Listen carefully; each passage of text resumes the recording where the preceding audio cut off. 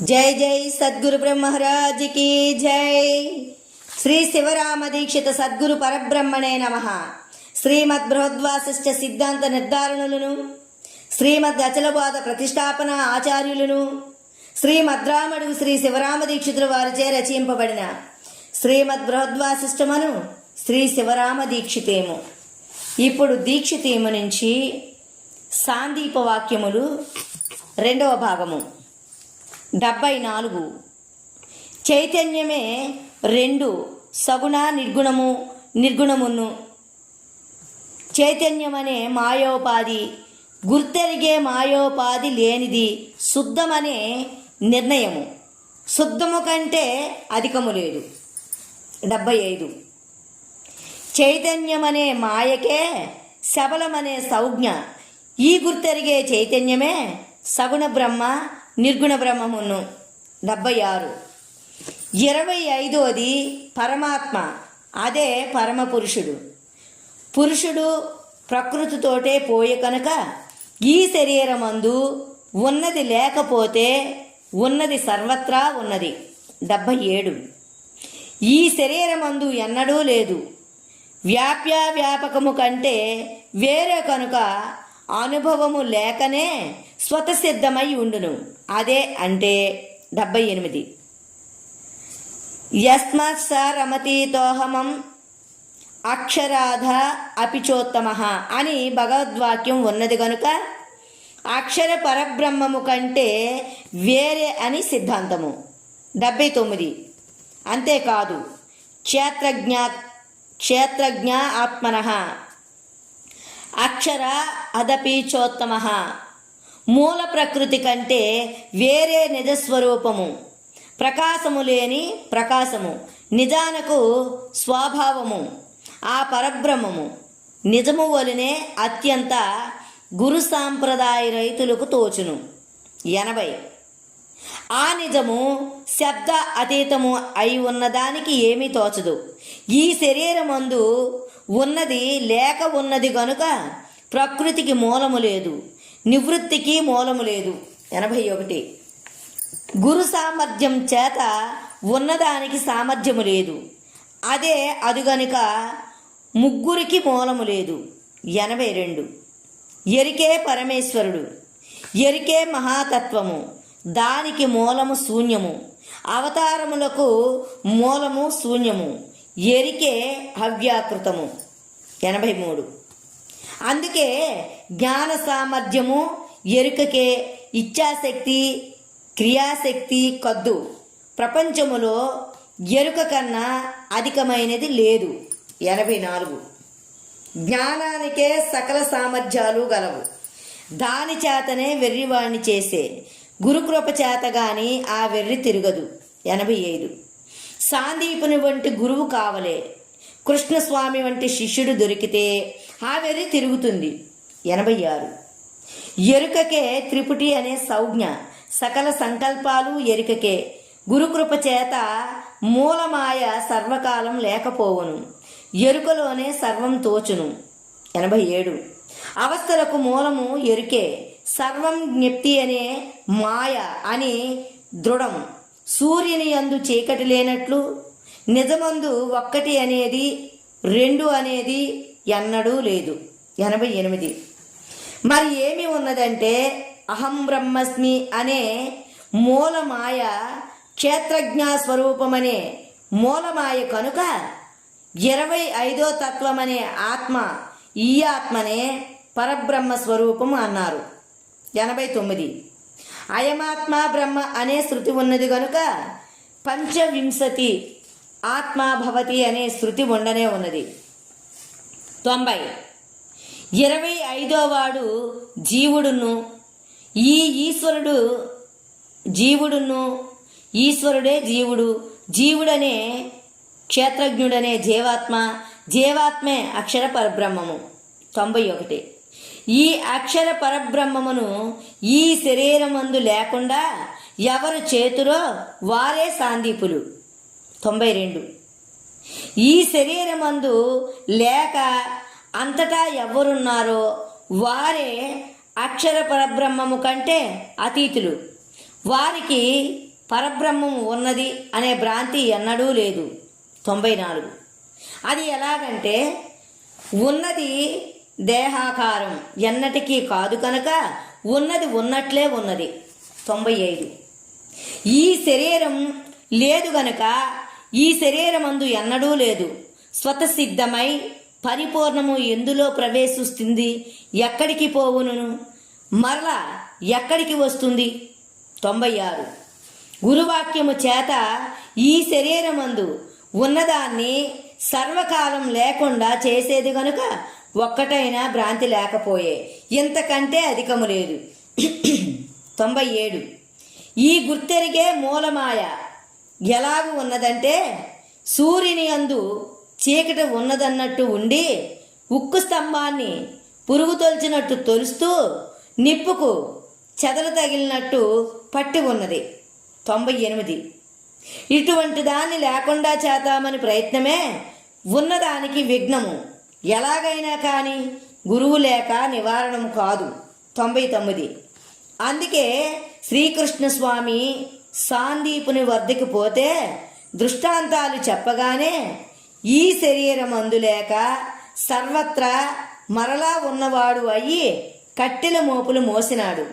అలాగే బలరాముడు, కుచేలుడు, వశిష్ఠాదుల కంటే పెద్దలు బ్రాహ్మణులు 100 కనుక సదాచార సంపన్నులు కనుక వారికి తల్లి తండ్రి లేక దేవతా భ్రాంతి లేక అగ్రవర్ణ సంబంధము లేక ఉన్నారు గనుక కలవు.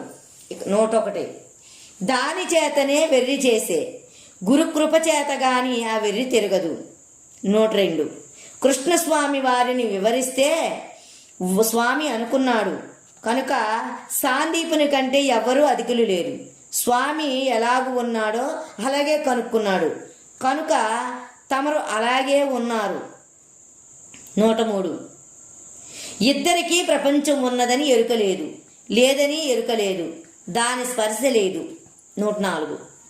ఈ శరీరమందు ఉన్నది లేక ఉన్నారు కనుక లేనిది లేక ఉన్నారు.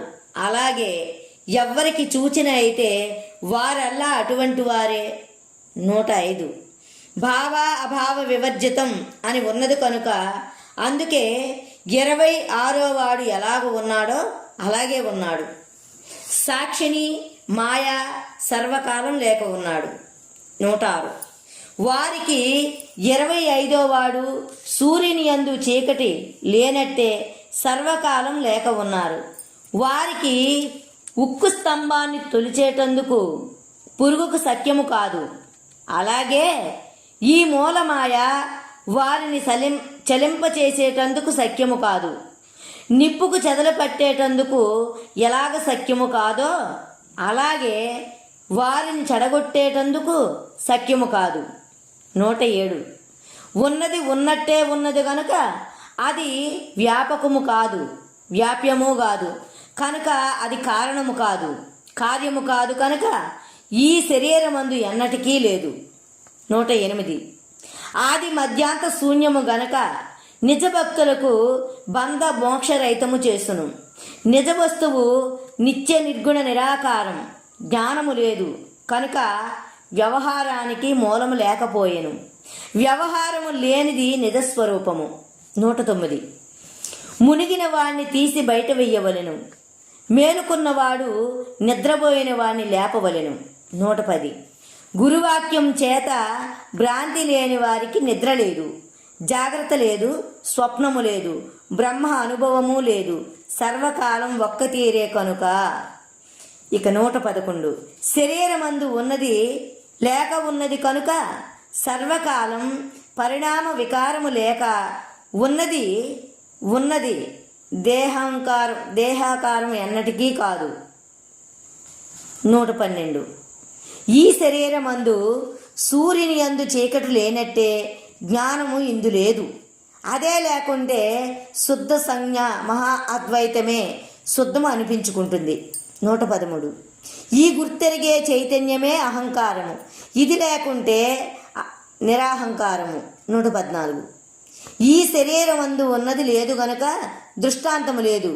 ఒక్కటి లేని ఒకటి కనుక ఉన్నది ఎరుగదు, అందుకే ఎరుక తాను కాడు. 115. ఆ ఎరుక సూర్యుని యందు చీకటి ఉన్నట్టు ఉన్నది, ఎరికే అంతఃకరణము కనుక.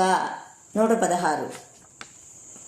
అభేద జ్ఞానము లేనిదే శుద్ధము, ఎరికే లింగ శరీరము.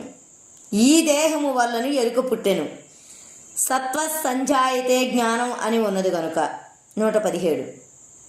గురుకృప చేత సూర్యుని యందు చీకటి పోయినట్టు లేకపోవును, అటు తర్వాత ఒక్కటైనా వికారం లేకపోవును, అవస్థలకు మూలము ఎన్నడూ లేదు. 118. గురువాక్యము చేత సర్వాన్ని తీసుకుపోయే గనుక ఎరికే స్వస్వరూప అనుసంధానము, అదే మహాకారణ దేహము. 119. సర్వాన్ని గుర్తెరిగే ఎరికే తుర్య అవస్థ, నేను ఎరుకగాను. వికారం లేని దేహమందు లేని సర్వత్రా ఉన్నది, వికారము లేని దేహమందు లేని సర్వత్రా ఉన్నది. 120. ఉన్నదానికి అభిమానము లేదు, ఉన్నదానికి స్థానము లేదు, ప్రమాణము లేదు. ఈ శరీరమందు ఉన్నది లేదు కనుక గుణాలు లేనిది ఉన్నది. 121. ఎరుక కంటే విశేషం లేదు, ఒక్కటైనా వాసన లేనిది పరమానందం. 122. గురువాక్యము చేత వాసనాక్షయం ఆయను, గురువాక్యం ఇటువంటిది, ఉన్నదానికి ఒక్కటైనా అవస్థ లేదు, సుఖ దుఃఖ రహితమాయను కనుక. 123. ప్రత్యేగాత్మ అనే ఎరికే అభిమాని, మహామాయ అనే క్షేత్రజ్ఞ స్వరూపము. సూర్యుని యందు చీకటి లేనట్టే ఈ శరీరమందు ఆత్మజ్ఞానం ఎన్నడు లేదో ఉన్నదాని యందు బ్రహ్మ అనే మాట లేదు. 124. ఎరుక ఎప్పుడు లేకపోతే అప్పుడే నామరూపం లేకపోవును, ఎరుక లేకుంటే జ్ఞానము లేదు, సర్వజ్ఞత్వము లేదు, కించజ్ఞత్వము లేదు. 125. జ్ఞానము ఎన్నడూ లేదు కనుక ఏది ఉన్నదో అదే శుద్ధం, దానికి మొదలు కొన లేదు గనుక అదే అది, నామము లేదు, రూపము లేదు. 126. ఈ శరీరమందు ఉన్నది లేక ఉన్నది గనుక సర్వకాలం అదే ఉన్నది, మాట్లాడదు, చూడదు. 127. త్రిపుటి ఏలాగు ఉండి వినుట ఎన్నడూ సంభవించదు, అందుకే ఈ శరీరమందు ఉన్నది ఎన్నడూ లేదు, ఉన్నదానికి అర్ధమాత్ర సంజ్ఞ. 128. ఉన్నది కారణం కాదు కనుక కార్యాలకు మూలము ఎన్నడూ లేదు కనుక. 129.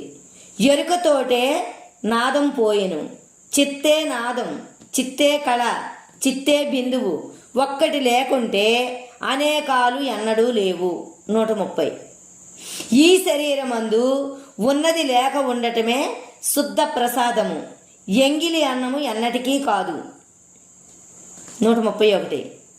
ఉన్నది ఎన్నడూ తినదు గనుక ఒక్కటి లేకుంటే అనేకాలకు మూలము ఎన్నడూ లేదు. 132. బింబము లేదు గనక ప్రతిబింబము ఎన్నడూ లేదు. 133. ఈ శరీరమందు ఉన్నది లేక ఉన్నది కనుక వ్యవహారం కించిత్తు సంభవించదు. 134. నిరాకార నిరాభాసమైన దానికి ఎలాగు చెప్పును, సఖ్యము లేదు కనుక ఏమీ చెప్పకూడదు. 135. సాధనము లేదు, భ్రమకు మూలము అహం బ్రహ్మస్మి అనే జ్ఞప్తి రూపము గనుక ఎన్ని చెప్పినా గురు సాంప్రదాయము లేక ఉన్నట్టు పడదు. 136. ఉన్నదాని యందు సూర్యుని యందు చీకటి లేనట్టే పరబ్రహ్మ స్వరూపము ఎన్నడూ లేదు. 137. ఉన్నదానికి వికారాలు లేవు కనుక పరబ్రహ్మ స్వరూపం వంటిది ఎన్నటికీ కాదు. 138. భ్రాంతికి మూలం అదే కనుక గుణత్రయానకు మూలము ఎన్నడూ లేదు. ఈ గుర్తెరిగే చైతన్యమునకు మాయా జ్ఞానమని ఉన్నది. 139. ఈ గుర్తెరిగే శరీరము కంటే మునిపే నిజస్వరూపము తానే స్వతసిద్ధమై ఉన్నది. 140. ముఖ్య అరుంధతి వంటి నిరాలంబ స్థూలం అరుంధతితోటే ప్రయోజనం వడిసెను. 141. ఈ శరీరమందు ఉన్నది గుర్తెరిగే చైతన్యం విసర్జించితే నిరాలంబమే స్వతసిద్ధం. 142. సాక్షిత్వం నిషిద్ధమని గుర్తెరిగేది స్థూల అరుంధతి వంటిది గనుక దానికి ప్రయోజనము తీరెను. 143. ముఖ్య అరుంధతి దొరికెను గనుక ఇది జ్ఞాపకము వస్తే అదే చైతన్యం. 144. అందుకే ఈ గుర్తెరిగే చైతన్యం అనే పరబ్రహ్మము నీవు కావు. అది లేకుంటే ఎలాగూ ఉన్నదో అదే నిజస్వరూపమనే అచలం. 145. అది శుద్ధమని కీర్తి ఒక్కటైనా బాధ లేదు కనుక శుద్ధము గుర్తెరిగే చైతన్యమని నమ్మకుమా? ఇది మహారహస్యము, ఇంతకంటే అధికము లేదు. ఇతి శ్రీ శివరామ దీక్షిత ప్రభావే వేదాంత విచారణ సాందీప వాక్యములు షష్టమ ప్రకరణం సంపూర్ణం. జై